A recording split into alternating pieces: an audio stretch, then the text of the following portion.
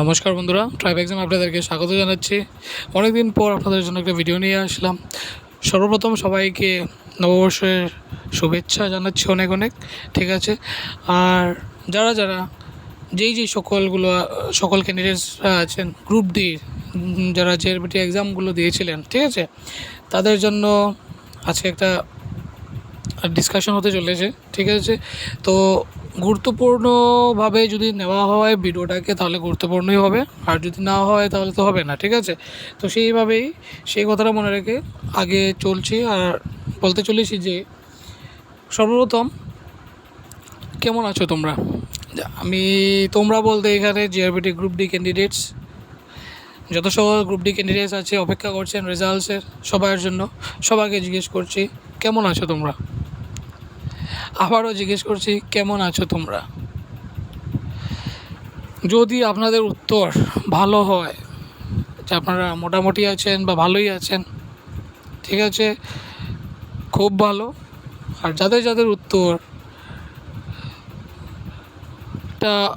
অল্প অপোজিট, ঠিক আছে, যাদের যাদের উত্তরটা অল্প অপোজিট তাদের জন্য আমি বলছি যে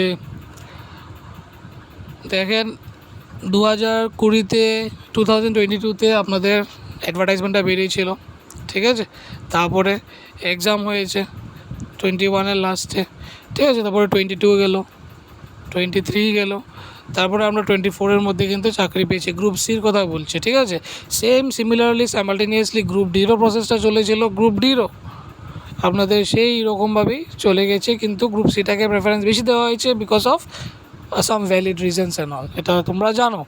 ঠিক আছে, এখন গ্রুপ ডি ক্যান্ডিডেটস আপনারা জানেন যে ত্রিপুরা এমন একটা স্টেট, আমি শুধু ত্রিপুরার কথা বলবো না, যেখানের মধ্যে জাস্ট ত্রিপুরা নয়, আরও বিভিন্ন স্টেট আছে ত্রিপুরার মতনই পার্লামেন্টারিলি, ঠিক আছে, বা ডেমোক্রেটিক্যালি অনেক স্টেট আছে যেখানে প্রত্যেক বছরই প্রায় প্রত্যেক বছরই কিছু না কিছু একটা ইলেকশনস লেগেই থাকে, কোনো না কোনো একটা ইলেকশনস লেগেই থাকে আর হতেই থাকে, চলতেই থাকে। ঠিক আছে, তো এই কারণে কী হয়, সাধারণ মানুষদের যে আশাগুলো আছে, এক্সপেকটেশনসগুলো আছে, সেগুলোর মধ্যে কিন্তু বাধা পড়ে। কীভাবে বাধা পড়ে সেটাও বলছি। ক্যান্ডিডেটসদের কথাই বলি, অনেক এক্সামস তোমরা দেও, ঠিক আছে, আমরাও দিয়েছি, তোমরাও দিয়েছো অনেক এক্সামস, কিন্তু এই এত টাইম টেকিং প্রসেস, ঠিক আছে, তারা ইলেকশন এসে গেলেই সব কিছু বন্ধ হয়ে যায়। ঠিক আছে, কারণ ত্রিপুরার মধ্যে ফার্স্ট অফ অল ক্যান্ডিডেটস আমি বলবো না যে মানে পপুলেশনস বলবো, খুবই কম পপুলেশন। তার মধ্যে চাকরিজীবী যদি কথা বলি প্রায় 2 লক্ষর মতন চাকরিজীবী আছেন স্টেট গভর্নমেন্টের আন্ডারে, ঠিক আছে, ত্রিপুরার মধ্যে। তো এই 2 লক্ষর মধ্যে আমার মনে হয় না যে ধরে নিতে পারেন আপনারা প্রায় 2 লক্ষর মতনই মানুষ, চাকরিজীবী মানুষ, তারা ইলেকশন ডিউটির মধ্যে পড়ে যায়। ঠিক আছে, কম বেশি 2 লক্ষ আমি বলছি, 1.5 লক্ষ যদি বলি, ঠিক আছে, তারপরেও তারা ইলেকশন ডিউটিতে পড়ে যায়। ঠিক আছে, যেহেতু ইলেকশন ডিউটিতে পড়ে যায়, বাকি 50,000 জন আপনাদের কী আর করবে। ঠিক আছে, করতে পারলে কিন্তু অনেক কিছুই করতে পারে, বাট যেহেতু ইলেকশনস বলে কথা, সবাই আপনাদেরকে একটা জিনিস বলবে, এখন ইলেকশন চলছে, সব কাজ ইলেকশনসের পরে হবে। ঠিক আছে, আমার মতে এই জিনিসটা ঠিক নয়। কেন ঠিক নয় আমি সেটাও বলবো। ঠিক আছে, এই জিনিসটা ঠিক নয়। আমি আরেকটা গুরুত্বপূর্ণ কথা বলতে চলেছি, that is about DRS allowance. ঠিক আছে, খুবই গুরুত্বপূর্ণ ভিডিও। আমি বলবো না যে বাড়ছে কমছে, সেটার ব্যাপারে নয়, খুবই আলাদা আমি একটা ট্রানজিশন নিয়ে আসছি, খুবই আলাদা আমি আলাদা ডিসকাশন করবো ডিএর উপর। ঠিক আছে, আপনার হয়তো ভালো লাগবে, কারণ আমি হয়তো কোনো দিনও এইভাবে ডিসকাশন করিনি। তো প্রথম ডিসকাশন যেটা হবে এটা ডিএর মধ্যে হবে, আর খুব আলাদাভাবেই হবে। ঠিক আছে, তো সেটার জন্য আপনি একটু অপেক্ষা করুন। আমি কোথায় ছিলাম? আমি ছিলাম হচ্ছে আপনাদের ইলেকশন ডিউটি। ঠিক আছে, ইলেকশন ডিউটির মধ্যে পড়ে যায়, তো সব প্রায় 90% আপনাদের চাকরিজীবী যারা আছে তারা ইলেকশন ডিউটিতে পড়ে যায়। সুতরাং কী হয়, কোনো কাজ হয় না। ঠিক আছে, কোনো কাজ হয় না, আর হলেও 10% 20% এফিসিয়েন্সিতে কাজগুলো চলে। এখন দেখেন আপনারা এই 10% 20%, এখন যারা আপনারা ওয়েট করছেন যে রেজাল্ট বেরিয়ে যাবে ইলেকশনসের ভিতর, ঠিক আছে, আমি ত্রিপুরা স্টেটের ব্যাপারেই বলছি, অন্য স্টেটের ব্যাপারে আমি জানি না, জাস্ট আমি ত্রিপুরার কথাই বলবো। ঠিক আছে, তো এরকম কিছুই নয়। ঠিক আছে, তা তারা যখন ইলেকশনস ছিল না তখন 100% কাজ করতে পারতো এফিসিয়েন্সি দিয়ে, কিন্তু তারা করেনি। কারণটা বুঝতে পারছেন কেন? অনেক টাইম টেকিং প্রসেস, হ্যাঁ, অনেক বুঝি না এত টাইম কেন লাগে, ঠিক আছে? কম্পিউটারে জামানা আছে, তারপর এত টাইম লেগে যাচ্ছে, ঠিক আছে? এখন কম্পিউটার হলেই কি হবে? কম্পিউটার হলেই কি আর হবে? কম্পিউটার চালানোর যে আপনাদের ইউজার্স আছে, ইউজার্সদেরও তো কম্পিউটারের মতনই মানে সমান সমান একটা মানে ওই রকম একটা এফিসিয়েন্সি থাকতে হবে, তাহলে তো আর হবে না। তো এই কারণে কি হচ্ছে আপনারা জানেন,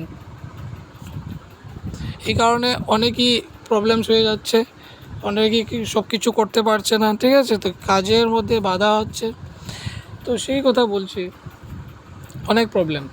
তো তখনই করতে পারেনি, তো আর এখন আর কোথায় করবে, ঠিক আছে? তো যারা যারা অপেক্ষা করছে যে এখন আসবে রেজাল্টস, বলে আসবে না, এখন আর আসছেই না। কারণ যখন 100% এফিসিয়েন্সিতে তারা কাজ করতে পারতো তখন তখন রেজাল্টস বেরোয়নি, ঠিক আছে? আর এখন তো ইলেকশনসের ব্যাপার 10%, 15%, 20% এফিসিয়েন্সি দিয়ে কাজ চলবে, তো এখানে তো আশা করা যায় না, তাহলে বাদই দেন, ঠিক আছে? তো এটা আমরা ক্যান্সেল করে দিই। তো এখন আর আসছে না রেজাল্ট, এটা ইলেকশনের পরে জুন মাসে ক্যালকুলেশন হবে, ক্যালকুলেশনের পরে অনেক কিছু আপনারা দেখতে পারবেন। জুন মাসে ক্যালকুলেশন হওয়ার পরে ওই যে ইলেকশনের রেজাল্ট ডিক্লেয়ার হবে, তারপরে দিয়ে মডেল কোড অফ কন্ডাক্ট সরবে, হ্যাঁ, তারপরে আপনাদের ওই আবার ওই আস্তে আস্তে 20% এফিসিয়েন্সি থেকে আস্তে আস্তে আস্তে আস্তে 100% এফিসিয়েন্সিতে আসবে, তাও ফুল ফ্লেজেড নয়, ঠিক আছে? তো ওই আপনার যে গ্রুপ সি যে গত বছর যে দিয়েছিল সেপ্টেম্বর মাসে আপনাদের মেরিট লিস্ট, ওই আস্তে আস্তে আপনাদের গ্রুপ ডিরও সেম সেপ্টেম্বরই আসবে। এটা হয়তো একটু জানার পর একটু ডিসহার্টেনিং ফিল হবে, বাট সেটাই সত্য, কী বলবো, ঠিক আছে? কারণ যেই স্টেটের মধ্যে ইলেকশনসকে বেশি প্রায়োরিটি দেওয়া হয়, ঠিক আছে, যেই জায়গার মধ্যে ইলেকশনসদেরকে মানে ইলেকশনস দরকার, এটা আমি বলছি না যে দরকার নয়, বাট স্টিল এখন ইন্ডিয়া একটা দেশ যেটার মধ্যে ইউথের পার্সেন্টেজ খুবই বেশি, আর ইউথের ব্যাপারে যদি চিন্তা করা না হয় তাহলে আর দেশ কি আর কি ইলেকশন করে বা কী হবে, ঠিক আছে না? দেশের ব্যাপারে ইউথের ব্যাপারে ভাবতে হবে, কারণ 90% এখন আমাদের ইউথই পপুলেশন, ঠিক আছে, দেশের মধ্যে। তো তারা যদি তাদের কথা যদি সরকার না ভাবে তাহলে কিসের আর দেশ আর কিসের আর ইলেকশন, ঠিক আছে? আর ইলেকশন ডিউটি করে আর বা কী হবে? তো সেটার কথাই বলছি। তো আমিও খুব একটা খুশি নয় এই জিনিসগুলো নিয়ে, যে ইলেকশন মানে ক্যান্ডিডেটসদের ফিউচারের উপর অন্য কিছু রাখা হচ্ছে। মেবি এটা ইলেকশনস হতে পারে, মেবি এটা অন্য কিছু হতে পারে, ঠিক আছে? তো সেটাই বলছি, আর এত স্লো প্রসেসে কাজ চলছে, ঠিক আছে, মানে আমি কী আর বলবো, ঠিক আছে? আপনারা যে ইউথও এখন মানে ওই সিনিয়র সিটিজেনের মতন বিহেভ করছে, ঠিক আছে? মানে বুঝতেই পারছেন এত স্লো হয়ে গেছে এখন অ্যাডমিনিস্ট্রেশন। তো সেটার কথাই বলছি, আমি সব ডিপার্টমেন্টের কথা বলছি না, কিছু কিছু ডিপার্টমেন্ট, ঠিক আছে, জানি না হয়তো তারা হয়তো কিছু ইচ্ছে করেও হয়তো লেট করছে, নাকি কোনো আন্ডার প্রেশারে লেট করছে, বা তারা একটা ট্যাকটিক্স পলিটিক্স আছে, জানি না সেটার ব্যাপারে, বাট এরকম করাটা ঠিক নয়, ঠিক আছে? পলিটিক্সের জায়গায় ঠিক আছে, বাট স্টুডেন্টস বলবো না, ক্যান্ডিডেটসদের জীবনের সাথে ওই পলিটিক্স করে দেওয়ার লাভ নেই, ঠিক আছে? তো আমি সেটাই বলবো, ক্লিন পলিটিক্স আপনারা রাখুন, সবাই রাখুন, বাট ক্যান্ডিডেটসের সাথে সাথে এইসব না হয়। কারণ ইন্ডিয়া এখন ইউথের পপুলেশন বেশি, সুতরাং ইউথের কথা যদি আমরা চিন্তা না করি, আর অন্য অন্য ABCD XYZ জিনিসের জন্য যদি এত চিন্তা করে, যদি এত গুরুত্ব দিয়ে, হ্যাঁ, ইউথের জিনিসটা আমি যদি ডেফার করে পোস্টপোন করে যদি জিনিসগুলো করি, তাহলে এটা ঠিক দেখাচ্ছে না। একটা ইউথ কান্ট্রির হিসেবে এটা জিনিসটা ঠিক দেখায় না। তো সুতরাং সেই কথাটাই বলবো। আর কম বেশি এই স্টেট ওই স্টেট সব স্টেটে এইসব চলছে, বাট বুঝি না কেন এরকম। আমি কম্পেয়ার করবো সবসময় আসামের সাথে, কারণ আমার হাফ লাইফ আমি আসামেই কাটিয়েছি, ঠিক আছে, কাজ কর্মটর্ম করার জন্য, গ্র্যাজুয়েশনেও এইসব করার জন্য, তো আসামেই কাটাবার পর যে ডিফারেন্সটা বুঝলাম ত্রিপুরার মধ্যে, দুইখানেই same government, but still Tripura অনেকই পিছিয়ে গেছে। আমি রিসোর্সেসের কথা বলবো না, ঠিক আছে, মানুষের এফিসিয়েন্সির কথা বলবো। যারা এটি গভর্নমেন্টে আছেন, ডিপার্টমেন্টে আছেন, তাদের এফিসিয়েন্সির উপর আমি কোশ্চেন তুলছি, আমি অন্য কিছুর উপরে তুলছি না, ঠিক আছে? আপনারা বলতে পারেন যে পপুলেশন ত্রিপুরার কম, ওইখানের বেশি রিসোর্সেস, ওইখানে আমাদের এখানে কম, ওইখানে বেশি, এটাও ঠিক আছে, মানছে, কিন্তু আমি ওইসবের কথা বলছি না। আমি বলছি মানুষের এফিসিয়েন্সির উপর, হিউম্যান রিসোর্সের কথা বলছি আমি অন্য রিসোর্সের কথা বলছি না, হিউম্যান রিসোর্সের কথা বলছি। তো থাক, আজকে ডিসকাশন যতটুকু। নেক্সট আমি যেটা বলছি ডিএ। তো ডিএর ব্যাপারে আমি কিন্তু এটার মধ্যে দেইনি, যে আপনাদের যে কী বলছে থাম্বনেলের মধ্যে ডিএর ব্যাপারে দেইনি। তো যাদের যাদের জানতে ইচ্ছা পুরো ভিডিওটা দেখবে, তাদের জন্যই লাভদায়ক হবে, ডিএর ইনফরমেশনটা পাবে, ঠিক আছে। তার জন্য তো ডিএর ব্যাপারে আমি বলতে চাই যে ডিএ জিনিসটা হচ্ছে আমাদের ডিআরএস অ্যালাউন্স, যেটা কখন দেয় সরকার, যে বেসিকের সাথে দেওয়া হয়, যে কোনো গভর্নমেন্টের দেবে সরকারি চাকরি, গভর্নমেন্ট স্যালারির মধ্যে যখন বেসিক থাকে বেসিকের সাথে ডিএটা অ্যাড করে দেওয়া হয়, ঠিক আছে। ডিএটা দরকার। সাপোজ একজন মানুষ, সাপোজ আপনি ধরে নিন নিজেকে, ঠিক আছে, এই বছর আপনি চাকরি পেয়েছেন, আপনার বেসিক হচ্ছে 20,000, ধরে নিচ্ছি জাস্ট এক্সাম্পল, আপনার বেসিক স্যালারি হচ্ছে 20,000, ঠিক আছে, বেসিক পে। এখন 20,000 বেসিক পের উপর আপনাকে ডিএ দেওয়া হবে। এখন ডিএ চলছে 23%, ঠিক আছে। এই ডিএ যদি আমি ধরি এখন 23%, তো ঠিক আছে, ডিএ আপনি পাবেন, ঠিক আছে। ডিএ ক্যালকুলেট করে সব কিছু গ্রস স্যালারি কেটে কুটে ডিডাকশনকে যত পাবেন আপনারা হাতে পেয়ে যাবেন, ঠিক আছে। এখন 1 বছর পরে আপনারা দেখতে পাচ্ছেন যে এখন আপনি একটা আপনার কত বেসিক 20,000। এখন আরেকজন ইঞ্জিনিয়ার বা ধরে নেন অনেক বড় পোস্টের ডক্টর বা অনেক বড় পোস্টের অনেক কর্মচারী গভর্নমেন্ট, যার বেসিক স্যালারি হচ্ছে 80-90, 1 লাখ টাকা, বেসিকই 1 লাখ চলে গেছে, ঠিক আছে, বা 80-90 ধরে নিচ্ছি বেসিক, হ্যাঁ, 1 লাখও হতে পারে বেসিক। এখন এরকম যদি বেসিক হয়, এটার মধ্যে ডিএ 23% লাগবে, লেগে যেয়ে অনেক টাকা হয়ে যাবে, বা প্রায় 20-30 হাজারের মতন হয়ে যাবে, 20,000-এর মতন হয়ে যাবে, ঠিক আছে, হবেই। তো এটার সাথে পাবে স্যালারি, যা কেটে কুটে সরকারি স্যালারি ভালো, ঠিক আছে। এখন সরকারে যে আমাদের কর্মজীবী যতজন আছেন এমপ্লয়িজের জন্য একটা ভালো কথা চিন্তা করেন, যেটা হচ্ছে ডিএটাকে বাড়াবে, ঠিক আছে। যখন ডিএটাকে বাড়ায়, ঠিক আছে, যাদের বেসিক স্যালারি কম আছে তাদের জন্য ডিএটা বাড়ানোর একটা বোঝা যায়, কারণ ডিএ বাড়ানো মানে কি, ইনফ্লেশন হয়েছে, তার মানে জিনিসপত্র দাম বেড়েছে, তো এটাকে কোপ আপ করার জন্য আমরা ডিএ সরকার আমাদেরকে দেয়, ঠিক আছে, ডিএটা আমরা বাড়াই আর কি। তো প্রথম তো একটা ডিএ পাবে, ঠিক আছে, তারপরে মানে ডিএটা ইনক্রিজ করে। তো সেটা আমি বলছি, এটা যাদের বেসিক স্যালারি কম তাদের জন্য তাদেরকে এটা দেওয়াটা ঠিক আছে, ঠিক আছে, যে ডিএটা বাড়ালো তাদের দরকার, কারণ তারা বেসিকই কম, বেতনও কম, তো সুতরাং জিনিসের দাম পত্র যখন বাড়বে তাদের কষ্ট হবে প্রথম। হোয়ারেস আপনারা তুলনা করুন, যার বেসিক স্যালারি এই 80,000, 90,000, 1 লাখ, ঠিক আছে, তার তো ডিএ তো 23% পাচ্ছে, মিলে স্যালারি পাচ্ছে 1,20,000, 30,000, ঠিক আছে, স্যালারি পাচ্ছে, অসুবিধা নেই।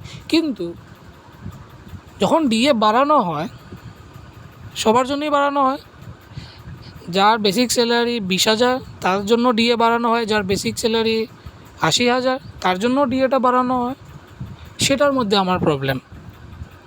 এখন এর থেকে আপনারা ভেবে দেখুন কেন প্রবলেম হতে পারে, কারণ যার বেসিক স্যালারি 80,000 হয়, টোটাল স্যালারি 1 লাখ হয়ে যায়, 1,20,000-30,000 হয়ে যায়, হ্যাঁ, নেট স্যালারি, উনার মানে জিনিসপত্রের দামের সাথে কোপ আপ করার দরকারটা কি? আপনি আমাকে একটা বলুন, যে 1.5 লাখ টাকা স্যালারি পাচ্ছে, 1 লাখ টাকা স্যালারি পাচ্ছে, 1 লাখ থেকে আমি ধরি মিনিমাম 1 লাখ থেকে যারা স্যালারি পাচ্ছে সব কিছু মিলিয়ে তাদেরকে দিয়ে দেওয়ার কী দরকার? মানে প্রথম একটা দিয়ে তো তারা দিবে, মানে আমি ইনক্রিমেন্টের কথা বলছি, তাদেরকে দিয়ে ইনক্রিমেন্ট দেওয়ার কী দরকার? কোনো তো দরকার নেই। কারণ আমি ফিল করি যে ডিএটা দেওয়ার তাদের দরকার যাদের স্যালারি কম, যারা জিনিসপত্রের দাম বাড়লে প্রবলেম হয়, ঘর চালাবার জন্য তাদের প্রবলেম হয়, তাদের দরকার এটা। যাদের বেতন 1 লাখ, 1.5 লাখ তাদের তো কোনো দরকার নেই, ঠিক আছে না, তাদের তো কোনো দরকার নেই, কারণ ডিএ যখন বাড়বে তাদের বাড়িয়ে কী লাভ, উল্টা সরকারের লস হচ্ছে। আপনারা দেখেন এই 3% যে বাড়িয়েছে লাস্ট ত্রিপুরা গভর্নমেন্টে, 500 কোটি টাকা দিতে হবে এক্সট্রা বছরে, ঠিক আছে না, 500 কোটি তো আর দেখেন যাদের স্যালারি কম তাদেরকে তো আর 500 কোটি দিবে না, ঠিক আছে, যাদের বেশি তাদেরকেই দেবে, তাদের জন্য হচ্ছে, সবগুলো মিলিয়ে হচ্ছে। তো আমি চাই যে গভর্নমেন্ট এই জিনিসটার ব্যাপারে চিন্তা করুক। আমি চাইবো যে ফাইন্যান্স মিনিস্টার যে আছেন আমাদের, ঠিক আছে, শ্রী প্রণজিৎ রয় সিংহ, ঠিক আছে, তো ওনাকে আমি বলবো যে এই ব্যাপারে একটু চিন্তাভাবনা করতে, একটা সাজেশন রয়ে গেলো আমার থেকে, ঠিক আছে, আর মুখ্যমন্ত্রীর জন্য, ঠিক আছে, এই সাজেশনটা রয়ে গেল যে ডিএটা প্রথম একবার দেন আপনারা, ঠিক আছে, স্যালারির সাথে, কিন্তু ইনক্রিমেন্ট যখন করেন তখন একটা স্ল্যাব তৈরি করার দরকার, যে 70,000 বা 50,000 বা 60,000 বেসিক পের উপর যারা আছেন, যে এমপ্লয়িজ, তাদের ডিএ কিন্তু বাড়বে না, ফিক্সড ডিএ থাকবে। এরকম করে দিলেই হয়ে যায়, বা 10 বছর পর 5 বছর পর একবার ডিএ বাড়ান তাদের জন্য, তাহলে সরকারের টাকা অনেকটা বেঁচে যাচ্ছে, সরকারের টাকা অনেকটা বাঁচবে, সরকার এই টাকাটা অনেক কিছুর মধ্যে লাগাতে পারবে, ওর উন্নত হবে। আরে তেলে মাথায় তেল দিচ্ছে ওই সরকারই, আবার আমি বুঝছি না তাদের ডিএর কোনো দরকার আছে? মানে ডিএ দরকার, ডিএ ইনক্রিমেন্টটা তাদের কি দরকার আছে? যাদের 70,000 80,000 বেসিক পে, কোনো দরকার নেই, ঠিক আছে না? তারা খেয়ে তারা কোনো ফরক পড়বে না যে 5 টাকা যদি জিনিসপত্রের দাম বেড়ে যায়, সবজির দাম 5 টাকা যদি বেড়ে যায়, 10 টাকা যদি বেড়ে যায়, তাদের কোনো ফরক পড়বে না। ফরক পড়বে কাদের? যাদের বেসিক পে 20,000 25,000, তাদের ফরক পড়বে। তো তাদেরকে ডিএ দেন, তাদের ডিএ বাড়ান। এরকম একটা আমি বলতে চাচ্ছি যে আমার একটা সাজেশন যে আপনারা একটা স্ল্যাব তৈরি করুন যে 50,000 বেসিক স্যালারির উপর তাদেরকে ডিএ ফিক্সড একটা দেওয়া হবে, বা 5 বছরের জন্য ফিক্স, 10 বছরের জন্য ফিক্স, তারপরে 1% 2% 3% করে বাড়ানো হবে, ঠিক আছে? প্রত্যেক 5 বছর পর সব সময় না, ঠিক আছে? আর বাকিদের যারা আছেন তাদেরকে টাইম টু টাইম গভর্নমেন্ট যখন চায় এটা ইমপ্লিমেন্ট করতে পারে। এটা আমার সাজেশন রয়ে গেলো। আশা করি হয়তো যদি আপনারা এটার উপরে ভাবতে পারেন, ঠিক আছে? যদি আরও কিছু সাজেশন লাগে আমি দিতে পারি, আপনারা আপনাকে জিজ্ঞেস করতে পারেন, ঠিক আছে? আমি খুব খুশি হব, আর আমি চাই এটা করুক। কারণ ত্রিপুরার যে কন্ডিশন, স্টেট এভাবে চললে তো অনেক প্রবলেম, ঠিক আছে? আশা করি ভিডিওটা ভালো লেগেছে, লাইক শেয়ার সাবস্ক্রাইব নিশ্চয়ই করবেন। ডিএর ব্যাপারে যদি ভালো লাগে ওটা নিশ্চয়ই শেয়ার করবেন, ঠিক আছে? আশা করি ভালো লেগেছে, লাইক শেয়ার সাবস্ক্রাইব করবেন। আজকের পর্যন্ত এতটুকুই। আরও বিভিন্ন যদি ভালো কোনো খবর থাকে জিআরবিটির ব্যাপারে আর অন্য কিছুর ব্যাপারেও আমি জানিয়ে দেবো আমার চ্যানেলের দ্বারা। আপনারা দেখতে থাকুন ট্রাইব এক্সাম। ধন্যবাদ।